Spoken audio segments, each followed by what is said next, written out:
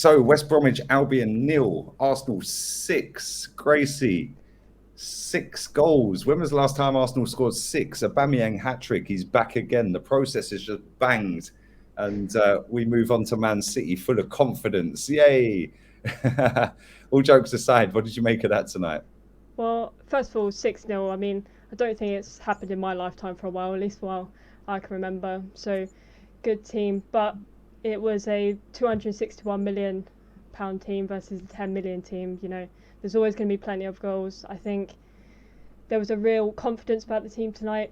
What I always look for in a game is aggression and fight to get the ball when you're not on it. I think my top three today is probably Aubameyang, Saka, and Tavares, because he was just physical, standing up against the players. Couldn't ask for more, really. He was superb. I can't lie. He was absolutely brilliant tonight. And like, I was shocked that I see Kolasinac in the starting 11, but then when I see that Tavares was on that side, I was like, okay, that's not too bad. But it just goes to show that, and I'm glad you've brought up that point about this, the amount of money our squad cost, because they changed their whole 11. West Brom, they're obviously joint top of the Championship. They changed their whole 11, and it just papers over the cracks for now. Listen, we've moved on. We've got AFC Wimbledon next round, but highlights for me, and you all put it in order: Aubameyang, Saka, blah blah blah. For me, I thought Saka was superb from the minute one all the way to the end. He set the tempo. He looked electric tonight, and it's kind of funny because when we played Chelsea at the weekend, obviously you watched the game.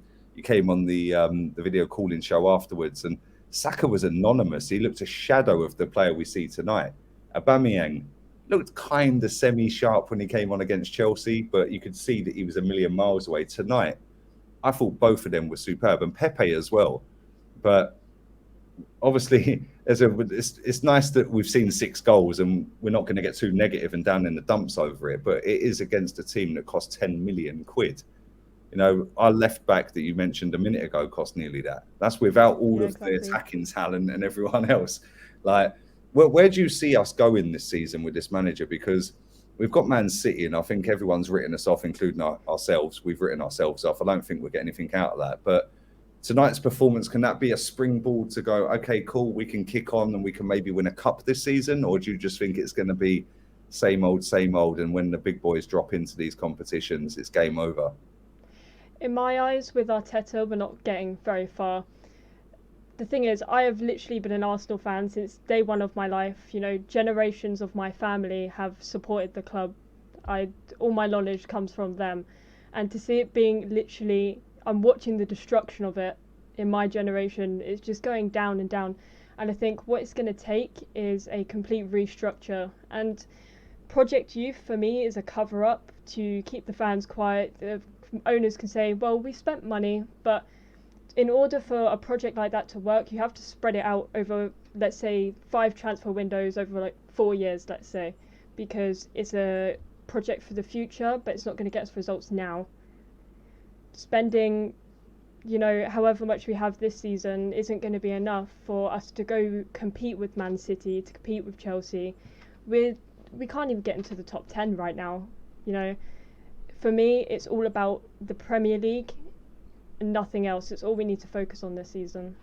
Well, where's your expectations? I know you said that, like, obviously it's been handed down generation after generation, like hereditary Arsenal fan. You've been kind of forced into it. I feel sorry for you. Like, but at the same time, it's like, you know, where's your expectations at? I know you don't rate the manager by the sounds of it, and obviously the squad's not as great as a lot of our fans make it out to be. But what would constitute and be a good season for you as an Arsenal fan? Where do you think we should be finishing to say, yeah, do you know what, he's done all right this season? In reality, we're not going to get top 5 this season. I think to make it a valid season, we need to be maybe 6th even, but it's still not good enough for the manager. If the manager wants to prove himself, we have to be in that top 4 spot, because we are just going further and further from anything we ever have before. We're breaking records we never knew existed, and not for the good reasons. Yeah. You know, we're becoming banter FC, quite literally, and it's painful. I sit on the edge of my seat, not for good reasons anymore. Growing up, I used to expect, I never used to check the Premier League table. We always used to be in the top four, and now, as I grow older, I just feel like we're regressing. You know, this is no process. The meaning of the word process is to see gradual progress over time. We're regressing. You can't even, you can count tonight's game, but again, 10 million versus 261 million. What do you expect? Yeah, it's true. Listen, there was some good performances tonight. I wanted to ask you about, say, Kolasinac, because like I was laughing and joking along the watch along, saying, is it his testimonial? Is that why he's playing tonight? Like we've seen a lot of rumours doing the rounds that we're going to terminate his contract. The same with Willian, who wasn't in the squad tonight. Smith Rowe wasn't there tonight. Some of the first teamers weren't there tonight. Like, why do you think that Arsenal are so slow in doing terminations of contracts, going to buy players? Like Martin Odegaard looked nice in little fits and bursts tonight, got a little assist, like backheel assist, great for Saka's goal. But why do you think we're like just so slow in going to do a deal? We always haggle. We always take forever to terminate a contract.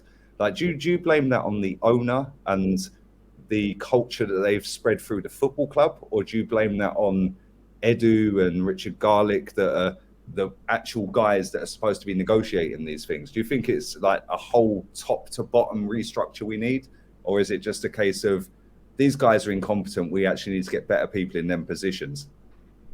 I mean, in this situation, you can't blame the owners. They don't terminate contracts at the end of the day. Maybe it's their final word, who knows? But I think it's definitely Edu's and Richard's decisions on who goes. And I think we're so slow because I think maybe they live in a fear of, well, what if we can't get a replacement? But in my eyes, Arsenal, I've always thought we've had more money than we really put out there. I mean, we are Arsenal Football Club. We're global. Everyone knows who we are. And to be honest, we could do way better than what we're getting. You know, Project Youth, again, cover up. It's not good enough. It's Edu's and Richard. They terminate the contracts. They deal with the contracts. They're so slow. Goodness knows why. Maybe they're just lazy. They don't want to get it done. Well, Ed, I thought I see Edu on a jet ski earlier down the beach. I can't lie. Give me a score prediction and thoughts on the Man City game. Early kickoff. We're no good in early kickoffs normally, and we've got the current champions that bagged 5 at the weekend. How do you see that going? I mean, looking at the stats, it's probably going to be their usual 3-goal number. If they put the team that they had against Norwich, we don't have a chance anyway, let's be honest. But maybe by some fluke again, we could pick up a point. I don't see us scoring any more than 1. I'm going 4-1 City. Oh, good God. Listen, thank you for coming on. I appreciate it. You spoke very well on the video call-in show against Chelsea, and everyone in the chat was really positive towards you as well. I appreciate it. And listen, you're a young lady. Thank you for coming on. I know it's not easy to talk into a camera. Yeah, and thanks for coming on. You spoke very well. And listen, make sure you show Gracie May some love as well. Not Macy Gray, Gracie May. Yeah, she can't sing, but she knows her football. And thank you for coming on. Appreciate it. Thank you.